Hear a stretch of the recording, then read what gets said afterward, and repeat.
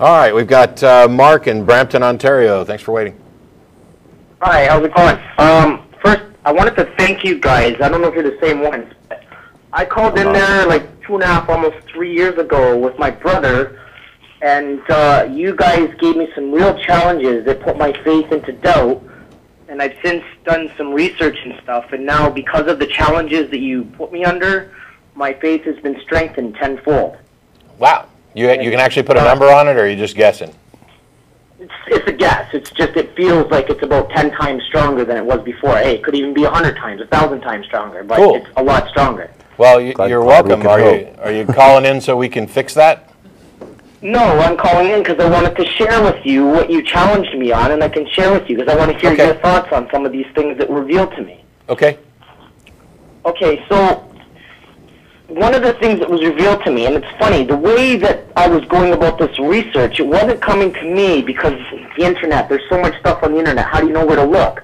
The ideas were just popping into my head, like coming out of, I don't know, space, like some divine power put it in there, and hey, I would go with that thought, and it would reveal things to me that would answer age-old questions, like one of the age-old questions atheists love to ask, how can God be everywhere and nowhere? How can God be in China and in Canada and everywhere at the same time? Mark? Yeah? There's a couple of things I'm confused about, because first of all, I don't know atheists who ask, how can God be everywhere and nowhere, because the Christian God is never described as being nowhere, just being everywhere. Well, everywhere. Okay, so how can God be everywhere, right? But when you've said a couple of times that things were revealed, and I don't know what you necessarily mean by that, because what you described was thoughts popping into your head, and then you seem to think that the reason those thoughts popped into your head was because some external source popped those thoughts into your head, and I don't know how you got to that conclusion. Well, here, one example. I was talking with a friend of mine, and I was, speaking to him about my faith, and he asked me that question, how can God be everywhere, right? Okay. You know what I mean? And prayer doesn't mean you have to go into put your hands together. Prayer is just thinking about God, like meditation. Okay. And the answer came to me, and I didn't know nothing about Einstein other than E equals MC squared, and I cited off to him panthology without knowing nothing about it. And then you cited off to him what? Brother the next day, and my brother tells me 2 weeks later that I was citing off panthology, and I knew nothing about panthology. What's panthology, and what's it have to do with Einstein? Panthology. Einstein's philosophical belief was that God is the universe and the universe is God, and that's why God is everywhere, because we're all part of the body of God. So Einstein's beliefs about God don't include any sort of personal God, and he was very clear about that. He used God in the same metaphoric sense that Spinoza did, referring to the orderly workings of the universe, the grand mysteries of the universe. Einstein wasn't advocating for any sort of personal God. So when people would ask, how can God be everywhere, which actually isn't a question that I would ask normally. I mean, I want to know whether or not this being is real, not the mechanism by which he can evidently be everywhere. But to the extent that people are asking that question, they're asking, how can a personal thinking agent God be everywhere? And it's not an answer to say that the universe is God. Because now you're just playing with labels. That's scratching the surface. I understand. The point I was trying to make with that is before having any understanding about what pantheology is or Einstein's philosophy, that answer came to me, and that's what the amazing part of that is. And you don't think that before I knew nothing about it. Okay, I just pulled that out of thin air. First of all, I don't know how you can really claim that you knew nothing about it and never thought of this, but considering that all you did was present a concept that other people have presented and that has a number of different labels, why would you think that the only way you could come up with this concept, or the most reasonable explanation for you coming up with this concept, was that some God put it there? Because it's nothing like I ever thought along the lines of before. You've never had an original thought in your life? Sure, I've had lots of original thoughts. Okay, did they come from you thinking about stuff? Perhaps, but here, let me just... Perhaps? I hear what you're saying. I hear what you're saying. So, something else I want you to know about me, I'm a black belt in martial arts, okay? Okay. Now, the purpose for that is, and that's Kung Fu style martial arts, not just sports style, Kung Fu style. The purpose behind Kung Fu style martial arts is you do meditations to get the highest level of connectivity with every single fiber and speck of your being. Yeah. Right? How do you demonstrate that that's not just words being applied? How do you demonstrate that that's actually real? That what's actually real? The highest level of connection with the entire fiber of your being. I mean, that is woo talk that has no. As I progress through the martial arts, I've been training martial arts for 15 years. I can do things, and I have a higher level of physical balance. If anybody knew me 15 years ago, and they saw me then, and they saw me now, they'd be like, "That's a different person now than he was 15 years ago." Sure. Because I have a higher level of exercise and training can give you better balance. Balance, coordination, control over every single speck and fiber of my body. Control over every single speck and fiber of your body? Yeah. So you can stop your heart at will? I haven't developed that level of control yet, but there's people in the world who have, such as Chris Angel and David Blaine. So, no, first of all, David Blaine's a magician. He has done stunts where he's held his breath in front of a public display where he held his breath, where he broke the world record for how long someone can hold their breath. He did it for 10 minutes. Yeah, okay. So in any case, there's nothing about that is supernatural. If you're talking about the fact that somebody can use their brain to control their body and some people are better at it than others, big whoop. Okay, well that goes to my next point along the lines of what Einstein's saying, that hey, and this is also going along the lines of nanotechnology and what has been revealed through science since the invention of the laser microscope. It used to be thought that the master brain in the head was the only intelligent part of the body. Well, since the invention of the laser microscope, it has been shown that every speck and fiber of our body has brain matter in it, and that's why you get better things through practice. Mark, assuming you're not just a prank caller, I'm just going to recommend you go out and do some research from some reputable sites and stay away from the woo, because that's something that actually has not been demonstrated, because it's not true. There's not brain fiber in my fingernails. There's not brain fiber in my liver.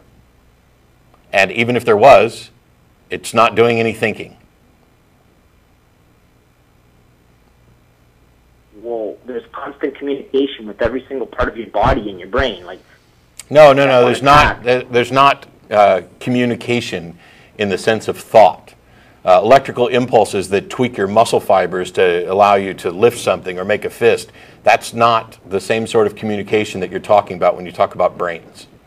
You have very loose understandings of a couple of concepts, and you're weaving them together in a way that makes sense to you, but that don't actually hold under any valid scientific understanding of the universe. Okay, fair enough. Okay. That's fair enough.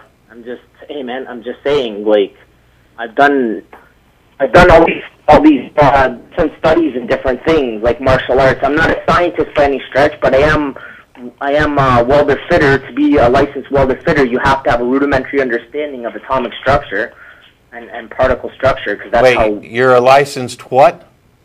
Welder fitter. Okay, and that requires a rudimentary understanding of atomic structure? Atomic structure and particle structure, because when you're welding through using an electrical arc, you're atomizing the material and refusing it.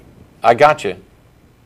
So I need to understand on a rudimentary level how that works and how to realign. I'm pretty sure you could actually weld without, understanding that. But in any case, so you're not a scientist, and you're a licensed welder fitter and a martial artist.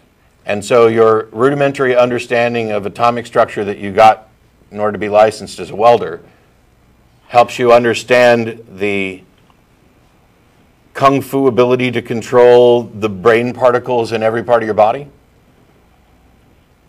Is that accurate? Sure. Okay. So I'll ask you this, because we've gone off in a whole bunch of different directions, and I apologize, but pretty much everybody listening to this show thinks that you're a prank caller now. I'm not. Well, okay. What does any of this have to do with how your faith was strengthened? What exactly is it that you believe about a God based on all of this? Well, that's what I was trying to get to. What I believe about a God based on all of this is that the first thing in Genesis, when it talks about making man, God said he made us in his image, right? So we're talking about nanotechnology. So assuming that no, we're not.